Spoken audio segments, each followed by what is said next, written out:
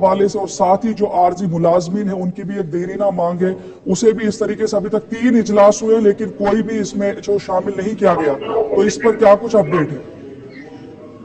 जी बिल्कुल, देखिए जिस प्रकार से कई बिंदु यहाँ पर जो है वो रखे गए थे और कई बिंदु। जी बहुत बहुत शुक्रिया। जैसे कि आपने सुना कि जो कल की मीटिंग थी जो 4 बजे शुरू हुई थी, उसमें क्या कुछ बातचीत हुई, किन किन मुद्दों पे बातचीत हुई और जो आर्जी मुलाजमीन हैं उनके बारे में क्या कुछ बातचीत हुई है, आपको हम सब डिटेल में बताएंगे। तो उससे पहले जो भी मेरे चैनल पे नए हैं वो ज़्यादा से ज़्यादा वीडियो को शेयर करें और चैनल को सब्सक्राइब करें ताकि हम हर न्यू अपडेट आप तक पहुंचाते रहें। रुख करेंगे जम्मू कश्मीर काबीना का आज तीसरा इजलास जम्मू में मुनक्किद हुआ। उमर अब्दुल्ला समेत काबीने वज़रा इस मीटिंग में मौजूद रहे। जम्मू में आज इजलास मुनक्किद किया गया और इसमें तरक्याती मंसूबे और मुलाजमीन के मसाइल पर जो ज़ेर गौर है वो रहे और मुलाजमीन के डीए मामले पर मोहर लगी है, जो जानकारी सामने आ रही है। और आज एक तीसरा इजलास था जो जम्मू में मुनक्किद किया गया और जहां पर इस पर क्या कुछ खास इस हवाले से भी आपको जानकारी देंगे। लेकिन बताया जा रहा है कि मुलाजमीन के डीए मामले पर जो मोहर है वो लगी है, ज़राए के मुताबिक जो जानकारी सामने आ रही है। और तरक्याती मंसूबे और मुलाजमीन के मसाइल जो है ज़ेर गौर रहे हैं। और आज वज़ीर आला उमर अब्दुल्ला की सदारत में जो अहम इजलास है वो जम्मू में मुनक्किद हुआ।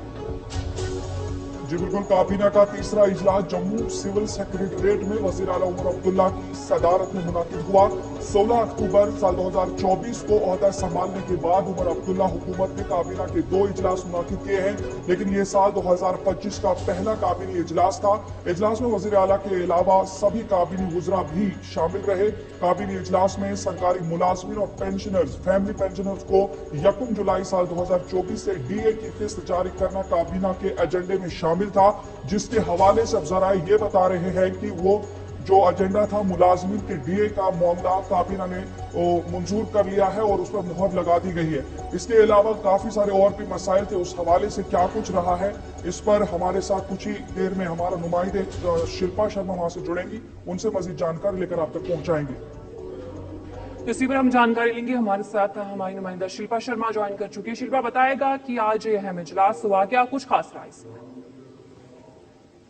जिस प्रकार से 2025 का ये पहला कैबिनेट बैठक जो है वो देखने को मिली, जहां पर कुल मिलाकर अगर बात करें तो ये तीसरी कैबिनेट बैठक थी। और जो सोर्सेस हमें इस समय बता रहे थे कि कई मुद्दे यहाँ पर जो है वो चर्चा किए गए। इन मुद्दों की अगर बात करें तो जो सोर्सेस हमें बता रही है कि जम्मू कश्मीर के सरकारी मुलाजिम और साथ ही साथ पेंशनों का जो डी अलाउंस था, यानी कि 1 जुलाई 2024 से वो लागू होना था, वो जो है वो पारित कर दिया गया है, यानी कि वो पास कर दिया गया है। और जो अन्य मुद्दे थे, अन्य मुद्दों की अगर बात करें तो फिलहाल उसको लेकर कोई भी जानकारी नहीं है।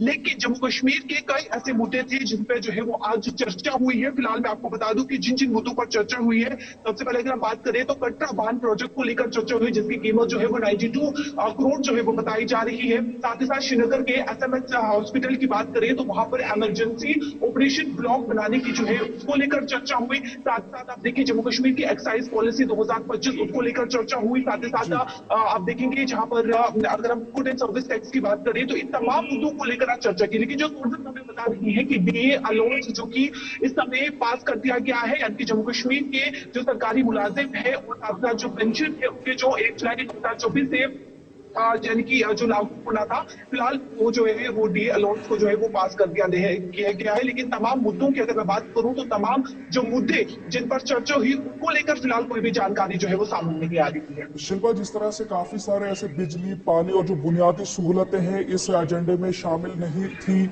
और इसके अलावा जो आर्जी मुलाजमिन की देरीना मांग है उसके हवाले से भी क्या कुछ अपडेट आप देंगे? अब आपकी जगह सवाल फिर से दोहराए। हाँ शिल्पा, जिस तरह से आपको मालूम है कि जो बुनियादी सहूलतों के हवाले से जम्मू कश्मीर में बात हो रही थी उस पर भी कोई ज्यादा इस एजेंडे में नहीं देखा गया था, उसके पर जो है वो चर्चा की गई। लेकिन जो समय सोर्सेस बता रहे हैं कि डी अलाउंस जो कि इस समय पारित कर दिया गया है, यानी कि करीबन जो है वो पास हो चुका है। लेकिन तमाम जो आप मुद्दे पूछ रहे हैं, फिलहाल उन बिंदु की बात करें तो उन बिंदु को लेकर फिलहाल कोई भी जानकारी जो है वो सामने नहीं आ रही है। चलिए, बहुत बहुत शुक्रिया शिल्पा जानकारी देने के लिए। तो नाजरीन, आप देख रहे थे कि जिस तरह से आज काबीना का तीसरा इजलास मुनाकिद हुआ और इजलास के अंदर